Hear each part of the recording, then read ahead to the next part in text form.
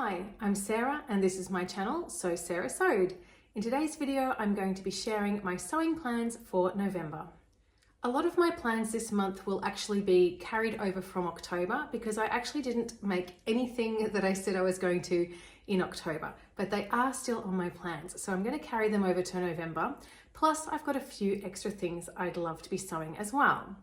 Before I get into my plan, I'll quickly share what I'm wearing today. So I am wearing the Seneca Shirt by French Navy. This is a fairly new pattern. And this is a cropped boxy button-up shirt and it's got an inverted pleat at the back. And I have teamed it with my Chanterelle Pants by Sew Liberated that I've made in a navy blue linen. I'll try and show you.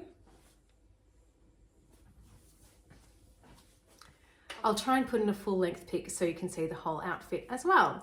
I'm feeling very summery and relaxed today. I'm filming this on a Sunday morning and today my plans include some tidying up, a bit of shopping, and I've got my knitting group in the afternoon, so I'm really looking forward to that. All right, so let's get into the plans. My most pressing plan is a dress to wear to Melbourne Frocktails, which is on next Saturday night. Now I can report that I'm almost finished my dress. I spent pretty much all day yesterday working on this after having made a toile the week before. So I am using the fabric that I talked about in my October plans video, which is this beautiful linen that I got from Darn Cheap Fabric. I'll put in a photo of the fabric. And when I talked about it in October, I was thinking I was going to make a shirt dress with a circle skirt. I decided not to go down that route and I did still want a circle skirt for this pattern, but I went with a dress that came with that as part of the design. So I've gone with the Gracie Steel Frolic Frock.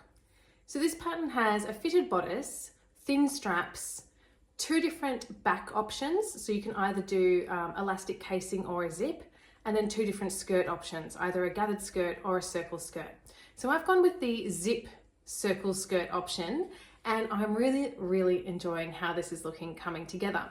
When I made my toile last weekend, I discovered a couple of things. So here you can see my toile. The bodice is made up of two main pieces. So this bit here, and then an underneath section, and then that attaches to the skirt. So for mine, and then there's these quite thin straps. I realized that I just didn't have enough support in this bodice section for me to feel comfortable.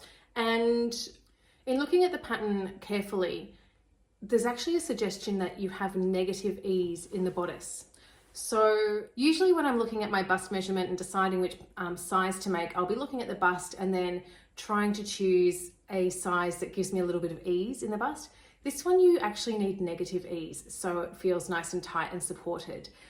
So for my next one, I've made two changes. I've gone down a size and I have really thickened the straps. So that did mean I had to make a little change to the back bodice piece, but that was explained in the instructions. Yeah, but my new straps are about 2 inches wide rather than this, or maybe 1.5 inches wide. So a really different look. So that's coming together. I've actually got it hanging at the moment, so it needs to hang for 24 hours before you can then even out the hem. And then all I'll need to do is finish that hemline and I'll be good to go for Frocktails next week. So very excited and very relieved that I have a dress that will fit me next weekend. The next plan I'd like to talk about coincides with a challenge that's running this month, and that is New Pattern November 2024.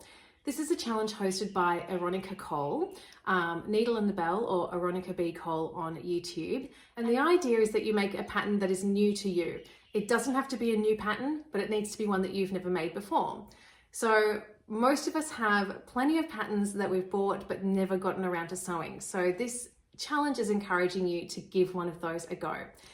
I've got quite a few. And the one I've decided to try is the Sunrise Skort by Jessie Lou's Patterns. I've actually had this on my want to sew list for quite a while, but now that we're getting into summer, it seems like the perfect time to make it because I'll actually get some wear out of it. So as the name suggests, it's a mashup of shorts and a skirt. So there are a couple of options with this one. You've got the shorts, which are fastened with an invisible zip at the front, but then you've got two panels that make up the skort. 1 or 2 panels. So you can decide whether you just want a panel at the front, so it looks like a skirt from the front but shorts at the back, or you can have panels at the front and the back that tie up at the side and the whole thing looks like a skirt, but you've got that coverage of shorts. And that second one is what I'm going to do. I'm going to have the 2 panels, and I'm looking forward to making this. So I have my pattern already printed out. I sent it to the Dahlia Society a couple of months ago. So here it is in my little case. I haven't cut it yet. It's all just there and ready to go. And the fabric that I'm going to use is a black linen from Spotlight. I bought a really big piece of this a few months ago, thinking it would be really handy, not knowing exactly what I was going to make with it at the time. Since then, I have made the Orchard dress by Helen's Closet, and I wear that all the time. And I think just a plain black Skort will be really handy. And then I'm hoping if I really like it that I might use one of my ikat fabrics from my parents to make another one. So what I'm wearing today is an ikat fabric that my parents bought me while they were on holidays in Bali. I've still got 3 more that I haven't used.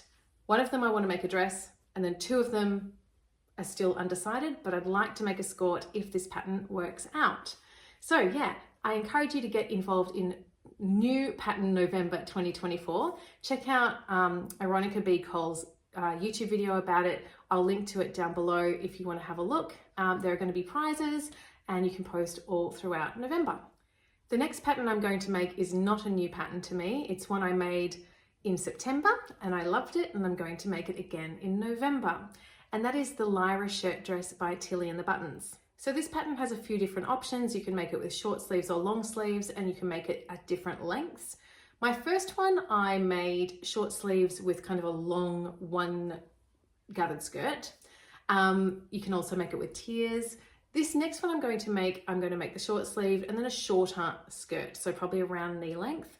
I have cut out all my pieces, and the fabric I'm going to be using is a cotton with a little bit of elastane in it that I bought from Darn Cheap Fabrics a few months ago. And it's got this beautiful Frida Kahlo design on it. So the fabric has a little bit of stretch, but I don't think it's enough that will, compromise the pattern at all. So I'm really looking forward to getting that one made as well. I feel like with this black background, this dress will work really well as a summer, spring dress, but it will also layer really well with black tights and boots, and hopefully I'll get lots of wear out of it throughout the year. And the last plan I'm going to share with you today is in preparation for December.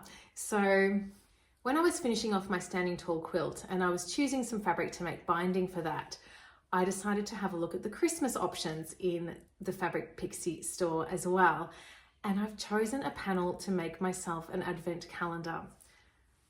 This is something I've always been keen to try, but this is going to be the year I actually do it. So this one definitely has a timeline on it. I need to finish it in November, so it's ready for the 1st of December. The panel comes with instructions, but there are full instructions on the website as well. It's from, I'm not sure how to say this, but Makower UK? Makower? I'll put a link anyway, but they had quite a few to choose from actually. And you've got your house, so it's got like a house there, and then it's got all these windows that I need to attach and make little pockets for the advent calendar. So you also need a backing fabric. I've just bought a plain red, and I think you also put batting in between. I've got plenty of batting that I can use. Oh yeah, it just says we recommend using wadding in between the top and the backing to give more body. So I'll do that. Hopefully it's quite a quick project and a fun one. And I'm not sure what I'll put in each of the windows, but I'll have to think of something. And I think my children will enjoy that each day. I'll also be having a video out in the middle of November as part of the vlogger tour for A Gift to November 2024. And in that video, I'm looking forward to sharing some of the ideas I have for Christmas gift sewing, either things I've made in the past or things that I'm hoping to make this year. So I'm looking forward to sharing that as well.